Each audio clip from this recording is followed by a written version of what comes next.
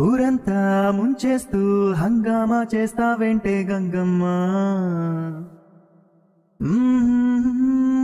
ఘోరంగా నిందిస్తూ ఈ పంతాలెందుకు చాలై మంగమ్మ. చూశాక నిన్ను వేశాక కన్ను వెనక్కేలాగా తీసుకోను. ఏం చెప్పుకోను ఎడు తప్పుకోను, నువ్వు వద్దన్నా నేనొప్పుకోను. నువ్వేసే గవ్వలాటలో మెలేసే గళ్ళబాటలో నీదాకా నన్ను రప్పించింది నువ్వేలేవమ్మా.